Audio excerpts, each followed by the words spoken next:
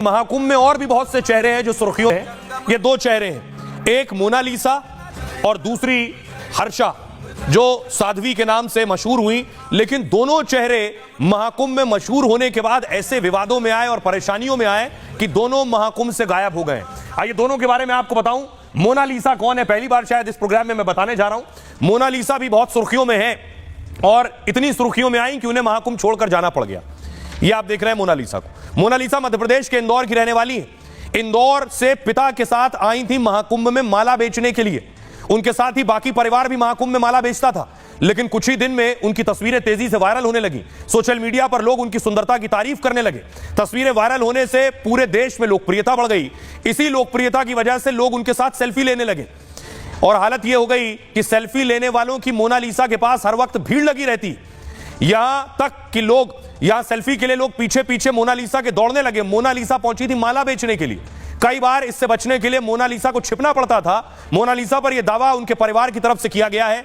इससे महाकुंभ में वो पिता के साथ माला नहीं बेच पा रही थी, लोग इतना परेशान कर रहे थे। आखिर मोनालिसा के पिता ने परेशान होकर मोनालिसा को वापस भेज दिया है। फिलहाल उनका बाकी परिवार अभी महाकुंभ में माला बेचता है।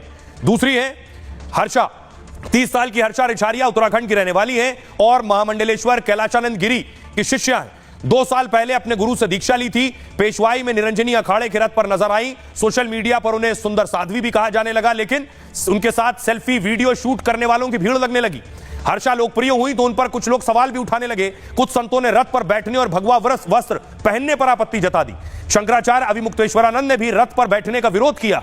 विवाद इतना बढ़ गया कि एक वीडियो में हर्षा रोते हुए नजर आई थी। परेशान होकर उन्होंने महाकुंभ छोड़ने का ऐलान कर दिया। इसके साथ ही उन्होंने कहा कि वो अभी साध्वी तो नहीं बनी है, लेकिन मैं धर्म और सनातन संस्कृति को जानने महाकुंभ में आई थी। मुझे इस लायक भी नहीं छोड़ा गया कि पूरे महाकुंभ में रुक सकूं। वो महाकुंभ जो जीवन में एक बार आएगा वो भी मुझसे छीन लिया। मेरे साथ जिन्होंने ये सब किया है उनको पाप जरूर लगेगा। तो ये बात महाकुंभ की हो रही है। तो आज योगी आदित्यनाथ की मुलाकात हुई विदेशियों से, जिन्होंने योगी आदित्यनाथ को ही शिव तांडव सुनाने लगे। सोचिए, गोरक्षनाथ के महंत के सामने विदेशी शिव तांडव सुना रहे हैं। सुनिए जरा, योगी आदित्यनाथ धैर्य से सुन रहे हैं।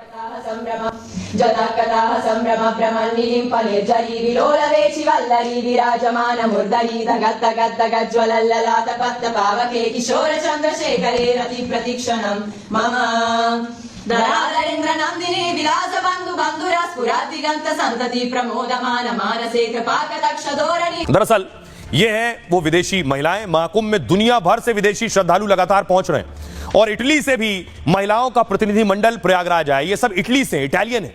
महाकुंभ में स्नान के बाद ये प्रतिनिधिमंडल योगी आदित्यनाथ से मिला।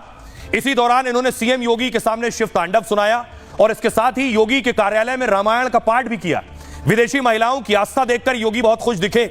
महाकुंभ आयोजन पर प्रतिनिधिमंडल ने योगी की तारीफ की। प्रतिनिधिमंडल की महिलाएं इटली में ध्यान योग सेंटर चलाती हैं ये, और महाकुंभ में अब तक दुनिया से 7,000 से अधिक संस्थाएं आई हुई हैं, जबकि अभी करीब 1 करोड़ लोग प्रयागराज में मौजूद हैं।